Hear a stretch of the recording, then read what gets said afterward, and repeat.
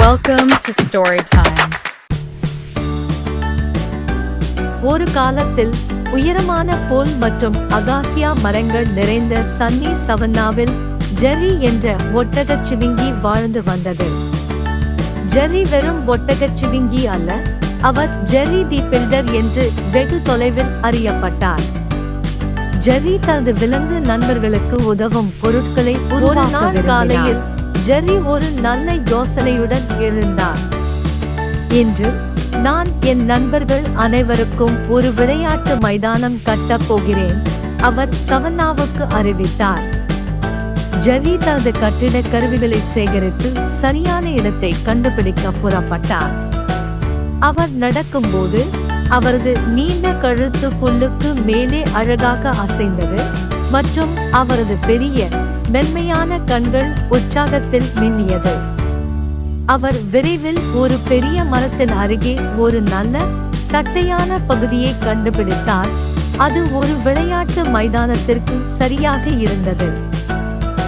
பொருட்களை சேகரிப்பதன் மூலம் ஜெர்ரி தொடங்கினார். விளையாட்டு மைதானத்தின் சட்டத்திற்கு வலுவான கிளைகளை பயன்படுத்தினார். அவரது நண்பர் எல்லி யானை அவர் வேலை செய்வதை பார்த்து உதவிக்கு வந்தார். ஹலோ ஜெர்ரி, என்ன கட்டுகிறாய்? எல்லி ஆர்வத்தில் தும்பிக்கையை சுருட்டிக்கொண்டு கேட்டார்.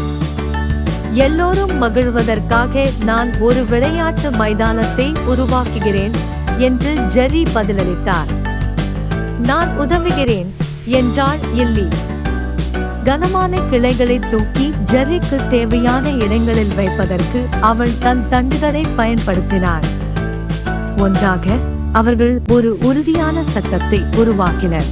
அடுத்து ஊசலாட்டங்களை உருவாக்க ஜெர்ரிக்கு சில கொடிகள் தேவைப்பட்டன.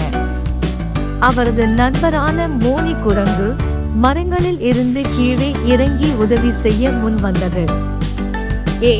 ஜெர்ரி, உன் ஊஞ்சலுக்கு ஏற்ற கொடிகளை என்னால் கண்டுபிடிக்க முடியும் என்று மோனி வலிமையான கொடிகளை சேகரிக்க துள்ளி குதித்தார்.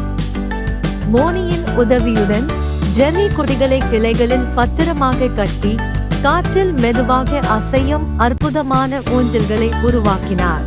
ஜெர்ரியும் அவரது நண்பர்களும் வேலை செய்ததால் என்ன நடக்கிறது என்பதை பார்க்க அதிகமான விலங்குகள் வந்தன. ஜூரி தி ஜீப்ரா ஒரு ஸ்லைடிற்காக சில மென்மையான கற்களை கொண்டு வந்தது, மேலும் லியோ தி லயன் வசதியான உட்காரும் இடத்தை உருவாக்க சில மென்மையான இலைகளை கண்டறிந்தது.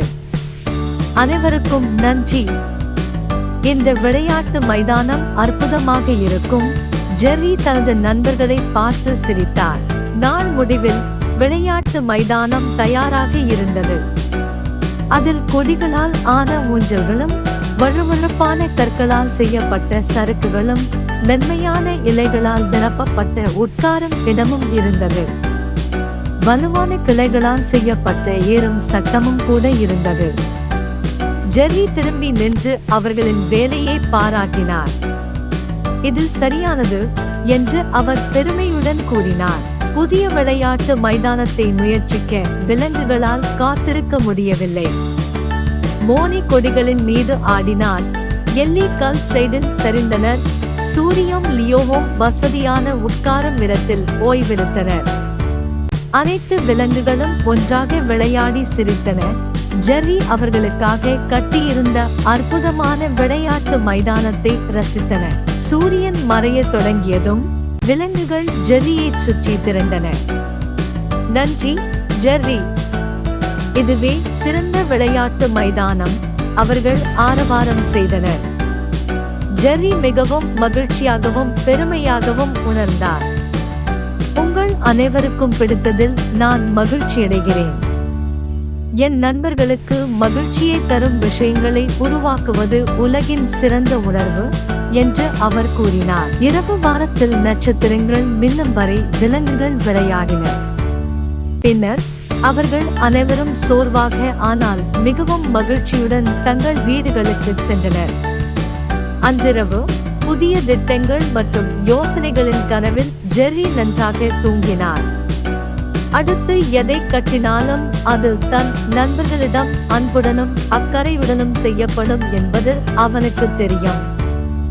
எனவே ஜெர்ரி தி பில்டர் சவன்னாவில் உள்ள தனது நண்பர்களுக்காக அற்புதமான விஷயங்களை தொடர்ந்து உருவாக்கினார். எப்போதும் தனது கருவிகள் மற்றும் பெரிய கனிவான இதயத்துடன் தயாராக இருக்கிறார். Thanks for watching. More videos. Subscribe my channel.